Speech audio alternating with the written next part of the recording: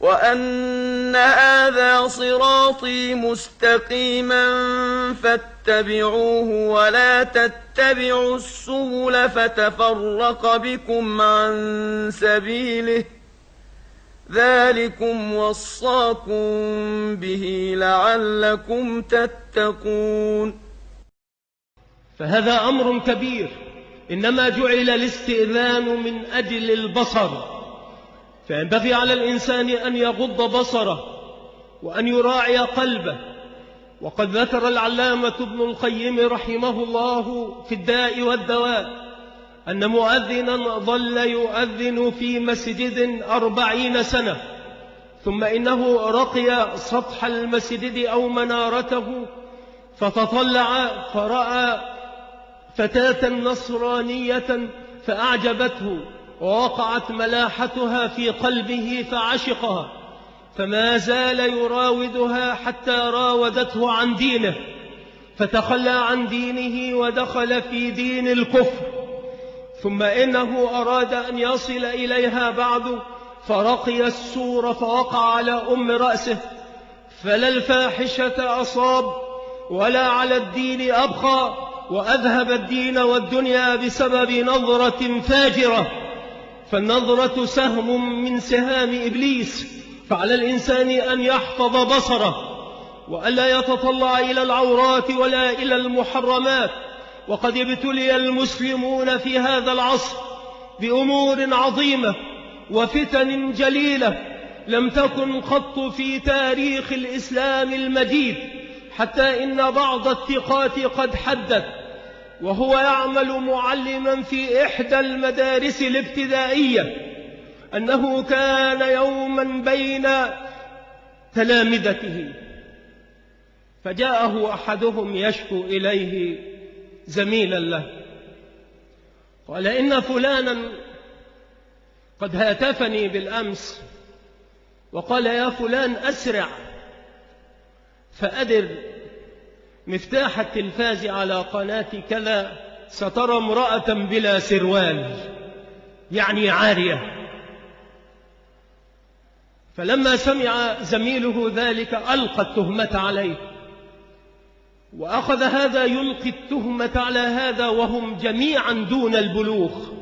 فكل هذا يحدث في بيوت المسلمين، كل هذا يحدث للشبيبة المسلمة، كل هذا تدمر به الأخلاق ويذهب به الحياء ويمحق به الدين، ويتمكن به الأعداء من رقاب المسلمين ومن أرضهم ومن أموالهم، لأن جيلا رخوا لا يستطيع أن يحافظ على العرض، لأن جيلا فاشلا يعكف على الفواحش صباح مساء لا يمكن أن يحافظ على المقدسات فضلا عن أن يسترد السليب منها. فأمر الله رب العالمين بحياطة القلب وبابه البصر، وأمر النبي صلى الله عليه وعلى آله وسلم بعلاجين وقائيين إذا ما أخذ الإنسان بهما حصل المناعة. فقال يا معشر الشباب من استطاع منكم الباءة فليتزوج، فهذا علاج وقائي. ومن لم يستطع فعليه بالصوم فإنه له وجاء، وهذا علاج آخر. فبين النبي صلى الله عليه وعلى آله وسلم ما يسلم به للشاب شبابه، وما يحفظ به الشاب على نفسه دينه، لأن الشاب الذي يسلم له شبابه مبشر بالخير، وأما الذي يتلوث بالفواحش وبالزنا فكبر عليه 4 إلا أن يشاء ربي شيئا وهو الرحيم الغفور الودود. فالنبي صلى الله عليه وعلى آله وسلم وصف لشباب الأمة هذين الأمرين الوقائيين. والنبي صلى الله عليه وعلى آله وسلم نهى عن الخلوة بالنساء، فقال إياكم والخلوة بالنساء. فقال رجل يا رسول الله أرأيت الحمو؟ فقال الحمو الموت، وهم أقارب الزوج. ممن ليس بمحرم للمرأة كابنه من غيرها أو كأبيه أو كأب أبيه وإن علا، فهؤلاء من محارمها.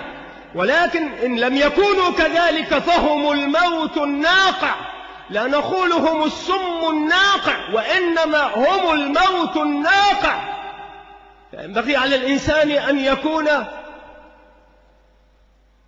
يكون محافظا على عرضه، ألا يكون ديوثا، فإن الديوث قضى الله ألا يدخل الجنة، فإن الجنة لا يدخلها ديوث ولا قتات، لا يدخلها من علم العيب في أهله فسكت عليه، ولا يدخلها من كان نماما قتاتا يقطع الأواصر بين المسلمين ويمضي بإشعال النار بينهم من أجل أن تشتعل نيران العداوة بين المسلمين المتصافين المتحابين المتوادين.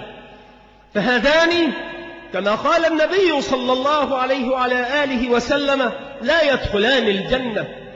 بيّن النبي صلى الله عليه وعلى آله وسلم هذا الأمر الوقائي: إياكم والدخول على النساء، إياكم والخلوة بالنساء. قال يا رسول الله أرأيت الحمو؟ قال الحمو الموت، أخو الزوج أو عمه أو أقرباؤه الذين يأتي الرجل إلى بيته فيجد الانبساط حاصلا والإكرام مبذولا لأولئك من امرأته وهي على حالة لا تكاد تستر من جسدها إلا القليل ولا يبالي. والنبي صلى الله عليه وسلم قال الحمو الموت. فهذه كلها مما يمكن أن يقع في هذه الأيام.